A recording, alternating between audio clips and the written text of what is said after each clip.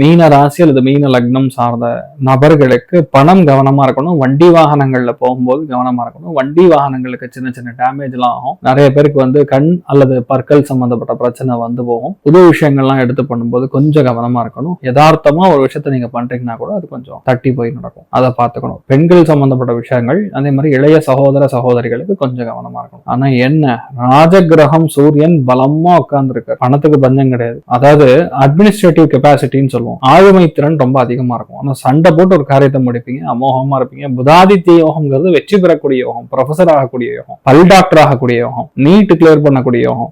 6ஆம் இடத்துக்கு குரு, அதாவது கவர்மெண்ட் டாக்குமெண்ட்ஸ் வீட்டுக்கு வரும். அதே மாதிரி என்னெல்லாம் பிளான் பண்றீங்களோ அது எல்லாமே நல்லபடியா நடக்கும். 2வது 7ஆம் இடத்துல சந்திரன் உங்களுக்கு சுபகிரகத்துடைய பார்வை கொடுப்பார். அப்ப என்ன நடக்கும், எப்போ 28ஆம் தேதியில இருந்து உங்களுக்கு நல்லா இருக்கு. அது வரைக்கும் வயிறு உபாதை, ஹெல்த் பிரச்சனை, ஃபுட் பாய்சனிங், அதே மாதிரி உங்களுடைய யாரோ ஒருத்தர் கூட பிறந்தவங்களோ அல்லது உங்க ரிலேஷன்ஷிப்ல இருக்கிறவங்களோ யாரோ ஒருத்தருக்கு ஹெல்த் பிரச்சனை வரும். ஸோ அதெல்லாம் போய் நீங்க ஹேண்டில் பண்ணிட்டு வர மாதிரி இருக்கும். அதை மட்டும் பார்த்துங்க. மற்றபடி எல்லாம் நல்லா இருக்கு. எல்லாமே நல்லா இருந்தாலும் மெயின் விஷயம் சனி செவ்வாய் ஜாதகத்திலே சேர்ந்திருக்கனால புரிதல் கம்மியா இருக்கும், டென்ஷன் ஜாஸ்தியா இருக்கும். மற்றவங்க கூட சண்டை போடுறவனே ஆர்குமெண்ட் பண்ற மாதிரியும் ஜாதகத்தோட அமைப்பு இப்போ கோச்சாரத்துல இருக்கு. அதனால நீங்க கொஞ்சம் கவனமா இருக்கணும். என்ன பண்ணும், மீனாட்சி அம்மனை பிடிச்சிக்கணும். மீனாட்சி சுந்தரேஸ்வருக்கு திருக்கல்யாணம் நடக்க போகுது. அதை மட்டும் கரெக்டா லைவ் டெலிகாஸ்ட்ல பார்த்தாலும் சரி, நேர்ல போக முடிஞ்சுன்னா ரொம்ப சந்தோஷம். அதை மட்டும் பண்ணுங்க. மனசார ரொம்ப பெரிய சந்தோஷத்தை கொடுக்கும். அருமையா இருக்கும். ரொம்ப நல்லா இருப்பீங்க நீங்க. அவ்வளவுதான் விஷயம். அதனால சந்தோஷம் அப்படிங்கிறது 75, பொருளாதாரம் 90. கவனமா இருந்தா எதை வேணா ஜெயிக்கலாம். அவ்வளவுதான் விஷயம். சூப்பரா இருப்பீங்க.